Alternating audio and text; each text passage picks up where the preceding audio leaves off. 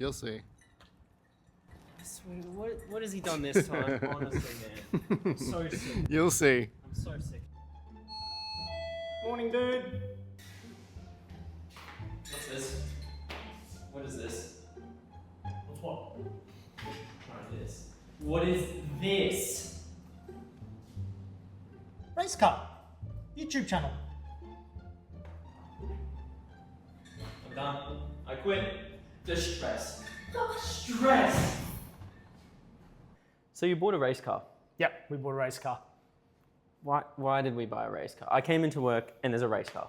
Yep. What are we doing? So rocked up last week, came up from Adelaide on Seva Transport, and yeah, we unloaded it on the weekend and basically started filming a little bit of footage yesterday, and figured we should probably record the whole process of getting it, learning about it, taking it out to the track.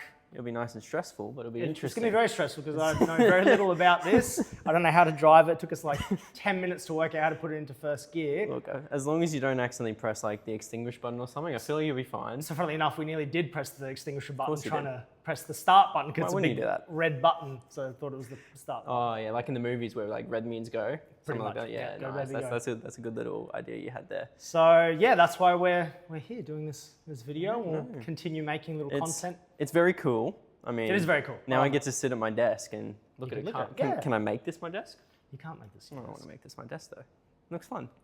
Now, I actually realized we haven't even touched on this yet. What's this thing called? It looks like it's going to have a crazy name. What is it? It's actually not that crazy. It's called a West WX10. Oh. So West is the manufacturer of the vehicle, West Race Cars.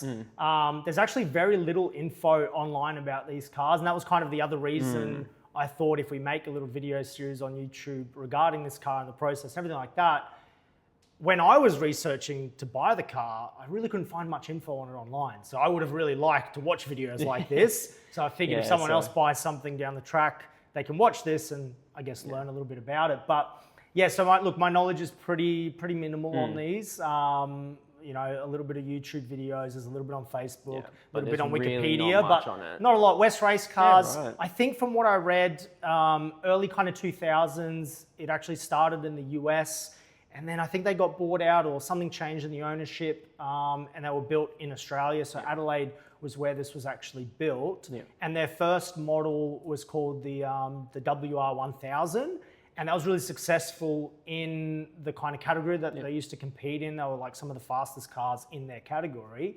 And then they improved on the design, bit better aero. I think I read online it was like 20 or 30% better aerodynamics. And they released the next model, which is this one, which is the WX10. And this is a 2012 model. So yeah, I guess that's the kind of specs on the car. What do we think I'm doing? Like, what type of work we doing? We changing colors because we do obviously a lot of color change PPF here. Are we doing anything like that? Rewrapping certain sections to make them look a little bit better because there is like obviously little defects and stuff. Yeah. So I don't think we're gonna do a color change on it. I actually like the silver on it. It had a full respray. The previous owner, Ben, that I got it off. Shout out to Ben.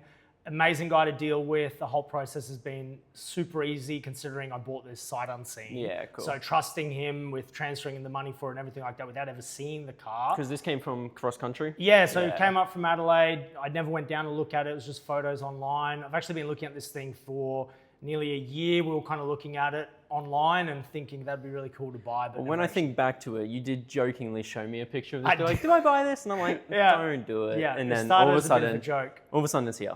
And yeah. So no, he was great to deal with. I started yesterday playing around with it a little bit, pulling some stickers off. And I was like, no, I'll stop. Yeah. That way we can actually record the whole process. So we'll pull the stickers off. The front's actually got some PPF on there. It's done a great job protecting the front of the car, and obviously it's used. So you know there's some tears and lifts in it. So yeah, before we start anything on it, I figured we'll talk about it first, like we are now, and then we'll record the whole process, redoing the PPF, doing our own signage on it, and you know, we'll chuck some ATD stickers. Yeah, we'll put some ATD stickers on it. Hopefully, who knows? Maybe Red Bull could sponsor you. I hope Red Bull can sponsor me. That'd be pretty cool. I like free Red Bulls. Yes, that'd be good. I don't think that's going to happen though. That'd be good. But yeah, next weekend I think we pull the covers off of it because obviously the back half where the engine is, that all comes off. Yeah. And then the front comes off as well. So we'll have a bit of a look underneath it, check the fluids. Because probably these service it. would have to be pretty easy to like obviously open up to be able to service, or not really, or I don't know. I imagine. I know there's barely any clearance underneath it, so Yeah, it's literally like 2 centimeters off the ground. That was actually the biggest hurdle we faced with transporting it up across the country was, you know, as soon as you said race car 2 centimeters off the ground, no one could really transport it. But Seaver actually have this awesome truck, which we might put the footage into the video of it rocking up. It's basically the same. I think it was insane. Yeah, it was the same truck that they basically carry V8 supercars and Formula One in and stuff like that. It was a $500,000 truck, so it had an electric lift on the back, and they could actually put this on the truck. So how we're going to get it to the track and back, that's another story. We still need to work that out. As long as you get there without ripping the, I don't know, front bumper. It doesn't even really have front. It's one whole piece, isn't it? It's all one piece. I mean, we could barely get it into the shop. We had to put a little ramp to get it I've seen a video of that. It was So, interesting. So that's going to be another hurdle, but that's all part of the fun. That's what makes it exciting. I mean, it's a new journey for you to go on. Yeah. And we're going to take everyone with us on this journey. So cool. if I bend this into a corner on the first time out, we're going to get that on video, and it's going to be... I'm going to be annoyed. I want to drive it at least once, or attempt to. Yeah, we bought this just to have fun. I'm not. Why not? I'm not competing in any series or anything like that. It's really just to take it out of the track, have a fun day with the family, the team. Look, you've tailed back to this idea of getting a race car multiple times, and obviously you've played around on the track a little bit with your own cars. Yeah, with not to the street same cars. extent. No, this is a whole different ball game. The problem with street cars is I end up loving the car too much to rip it apart, gut it, roll cage it. So it's always a bit of a compromise. I never want to damage the car because I do like my cars. Yeah. Whereas with this, because it is a full-blown race car, I mean, I can't take this down in the lap of the beach. It's purely just for racing. Yeah, otherwise, you can only get it there Yeah. with a trade plate or whatever. Can't take it on the roads. Can't do No, nothing you can't do like anything that. with it other than race it. So at least it kind of forces you to have fun with a dedicated race car and I guess learn how to actually... It's the closest thing to an F1 car that I'll ever experience. I mean, it'd be amazing to experience an F1, but you know, something like this, it's the closest. Oh mate, you can start your own race team and maybe one day ATD will be racing an F1. I highly doubt that, but... You got to dream big. You do have to dream big. There's so much potential with something like this. Engine-wise, so the engine originally in these cars is a 1 litre motorbike engine. I believe it was out of a ZX10R. The previous owners upgraded that engine to a Hayabusa engine, which is a 1340cc engine, so slightly larger capacity. Yeah, cool. Bit more torque, bit more reliable from what I've been told.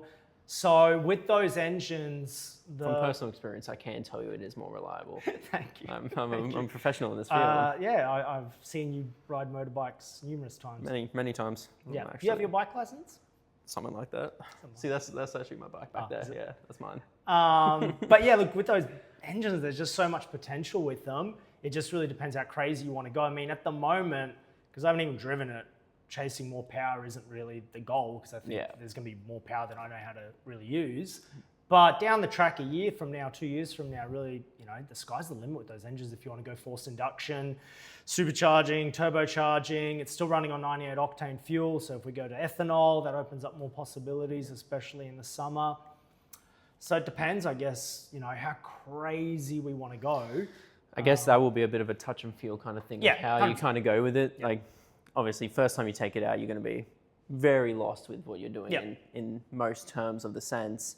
Yeah. I mean, you can drive it fast, but whether you can drive it fast and well, obviously, on a first time is another thing. And fast lap times aren't really about horsepower. It's how you can actually drive the thing. The understanding of the course, everything like that. Yeah, I barely know our Townsville track. I mean, I've been out there a handful of times, but you know, you still don't know the track. Yeah. So eventually one day it'll be like on the back of your hand. Yeah. You get used to it, and then you can actually fine tune the car and, you know, work out where its strengths are, where its weaknesses are, and if we do need more power, then okay, we can chase that. But you know, I think for now it's just having fun and just learning the car. It's probably gonna take a while to really learn the car. Yeah. The weight of them, they're a bit under 400 kilos. I think it was 375 kilos I read online. They originally came out with the 1 litre engine. and now they've got the Hayabusa engine in them. Yeah. And yeah, horsepower-wise, they're about 200 horsepower engine-wise. This actually got dynoed when they were tuning the Motec ECU, and it was like 133 kilowatts at the wheel, so it's like 175 or something horsepower at the rear wheels. And yeah, it runs, you know, Motec dash, Motec ECU, Geartronic ECU, runs the transmission, so it's a 6-speed paddle shift transmission. They actually do have a clutch pedal, so from what I gather, you kind of use the clutch pedal in first gear at low speeds to actually put it into gear, but once you're under load on the track, it's just purely with the paddles. Yeah, awesome. Like I said, I'm still learning everything in it, but I guess that's the kind of basics from what I know at the moment. Like I said, still learning on it.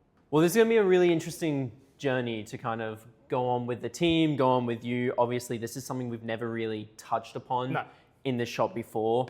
Over the years, we've obviously started getting to other things, and now this is completely new. Yeah. Something completely different, but it's going to be fun. It's going to be fun to see where it kind of leads, what we can do with it, and yeah, just have a little bit of fun with the car. Now, this isn't the only thing we're going to be posting on the channel. What else are we thinking? So I guess we've talked about doing a YouTube channel for a number of years, and we actually, when I started the business back in 2014, I actually made a YouTube channel and just made some really cringe videos that have been removed now, and I haven't touched YouTube in like a decade. We've started obviously being a little bit more active on social media. We just haven't had time. Like it's in the last 2 years, we got this building. We've been renovating the building literally for like 2 years nearly. Yeah. Finally, everything's done. We can just focus on work. So I think now's a good time to actually do a proper YouTube channel where we can make a bit of content on the stuff, the paint protection, film wraps, the color changes, ceramic coatings, window tinting, you know, all the different things that we do. Not for any real reason other than, I guess, it is kind of something different and fun. Yeah. It allows us to, I guess, interact a little bit more with our customers. I'm not trying to be a YouTuber. I don't want us to try to, you know, be a big YouTube channel or anything like that. That's not what it's about. But I think it's just something fun that we can even look back on down the track and, you know. It's something different from the usual kind of daily thing that we've been doing for years to come and years to pass. So. And if we can do a little bit like educational videos for some of our customers, that way we get asked the same questions every single week by customers and we obviously tell them everything, but it'd be good to even have that video content that we can say, hey, jump on YouTube, watch this video. At the moment, I do that, sending them to different YouTube channels, someone else telling them what to do. And I think, you know, it'd be better if we were the ones doing some of that content. They probably prefer if the face that's telling them who also did the product for them is the same person. How to maintain a expel paint protection film wrap or something like that. You know, having a little bit of content that we can just send them. I think it's just, it's just good for everyone. It's personability goes a long way too. So the channel will be obviously a little bit centered around the progress of this race car. If we can maybe do like a monthly update, we'll try to get on track as much as we can. I've been pretty slack with it in the past just because business has always been busy, but if we can try to make a bit of a time throughout the year that we go, okay, next month we are going to the track. So at the moment, you know, it's early May at the moment. The next major track event that we can probably make is next month. Yeah, cool. So that's the goal, is to get the car ready for June, and then we can take it out for its first shakedown and I guess see what problems are going to arise and, you know, who knows. Look, fingers crossed that nothing does. But but look, it's all part of it. It's a race car at the end of the day. Things are going to break, things are going to not work, and it's part of the fun. And if part of the journey, really. It'll be good. But yeah, we'll do the race car stuff, do the business side of things as well, and just do a few different things. See what happens. Let's see where it takes us. Yeah. Awesome. Cool. All right. We'll see you guys on the next video, hopefully. See you next time.